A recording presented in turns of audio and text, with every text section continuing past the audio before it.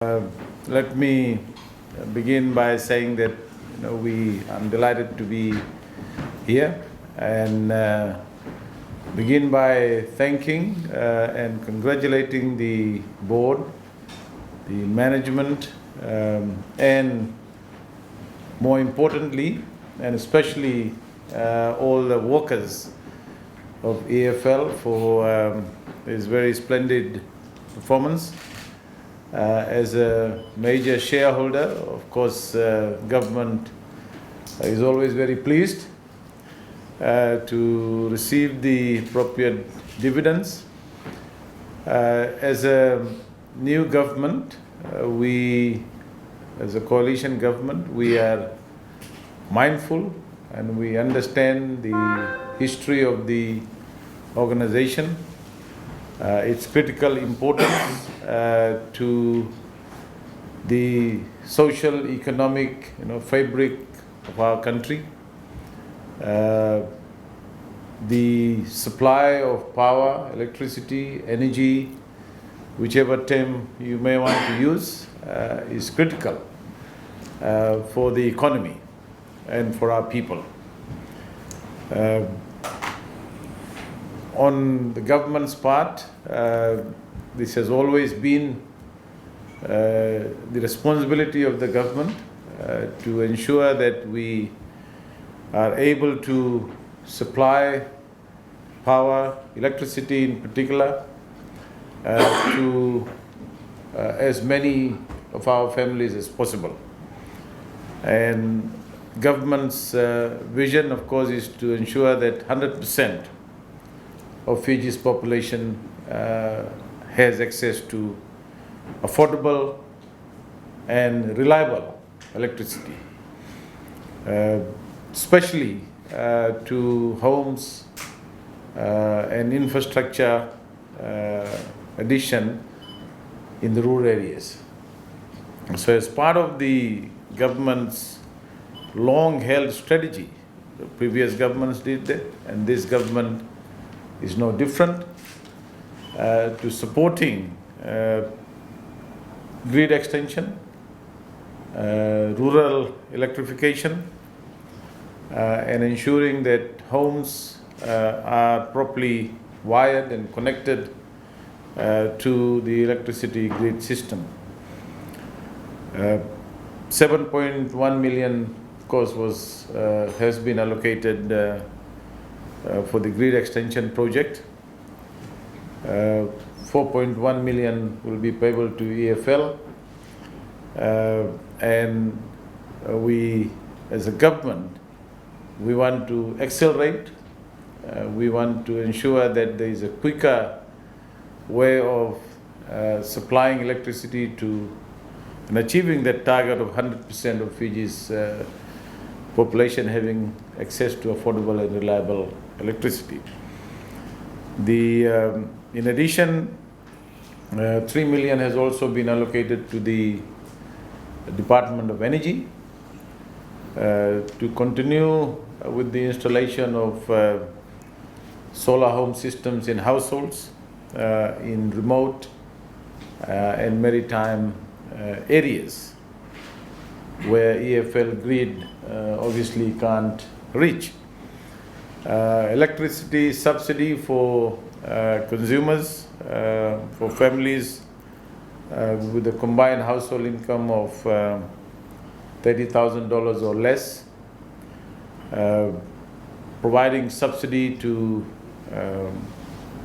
the first 100 units for customers. 10.7 million has also been allocated in the 2023-2024 budget, and government is obviously pleased to continue with that subsidy.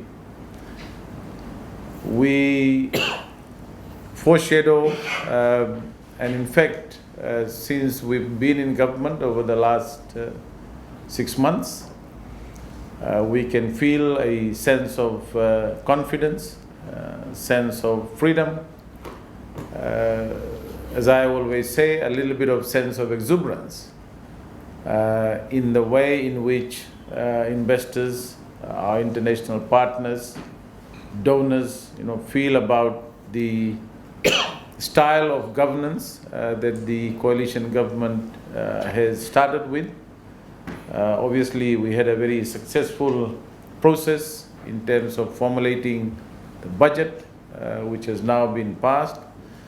And we feel that it is time that we as a government, and we expect all our statutory organizations, critical organizations like EFL, to play its part and play an aggressive part, an aggressive role in making sure that we support investment. We understand that over the years there's been concern about facilitating investment. Government would be looking at putting together processes and policies and removing some of the bottlenecks and obstacles that impede fast investment approvals, uptake of investment projects. And we feel that while we are doing very well, the good news is that we are doing very well economically. We've revised the forecast for this year from 6% to a conservative 8%. Our tourism industry is at its peak. We obviously feel that that's driving the growth, but equally important for us as a country, as an economy, is to ensure that we continue with diversification and that we are able to support other sectors. All the indicators that we are getting from the investors, potential investors, international partners, donors. We've just signed a multi-million-dollar project for Vanuatu tourism development. So all this can be good news for EFL, because if the economy is growing, if EFL is investing in new projects, supporting our investors to expand their production, their investment, their capital expenditure, EFL will also grow. So it's a very symbiotic, very close relationship with how the economy is going to perform and how EFL is going to do, in terms of its bottom line, profitability, and so forth. So with those few words, I once again want to thank the board, the management, and indeed the workers of EFL for this splendid achievement. And government obviously look forward to working with you. And I want to thank staff in the Ministry of Finance for working very closely with the EFL and indeed all our other organizations. Thank you. Pleasure to be here. Thank you. Ladies and gentlemen, it is indeed a great pleasure today to welcome the Deputy Prime Minister, Honorable Professor Biman Prasad, to the EFL head office here in Suva. The Minister told me while climbing the stairs that this is the first time that he has actually arrived at this complex. He hasn't even come here to pay his bills, but I can assure you he has paid his bills. So it's a great pleasure to welcome you here today on this occasion where we will be declaring dividends, not declaring dividends, but actually paying out dividends to the shareholders, the 51% stakeholder, the Government of Fiji, the 44% stakeholder, 7 Pacific Pte Limited, and obviously the 5% to the account holders, domestic account holders of EFL. So thank you very much, sir, for accepting the invitation and coming over. I'll now hand over to our Deputy Chairman to say a few words. Thank you. Today is a very significant event in the calendar of EFL, and it is an event for which we have much to be thankful for. Thankful, firstly, to to government and our shareholders for the faith that you have in EFL as an organization. We value that greatly. And we're also very thankful to the staff and the management of EFL for the performance that we achieved in 2022. The 2022 was not the easiest of years. We were faced with some increases in fuel prices. The fact that we were able to give our shareholders a return is something that the organization is quite proud of. Our work does not end there.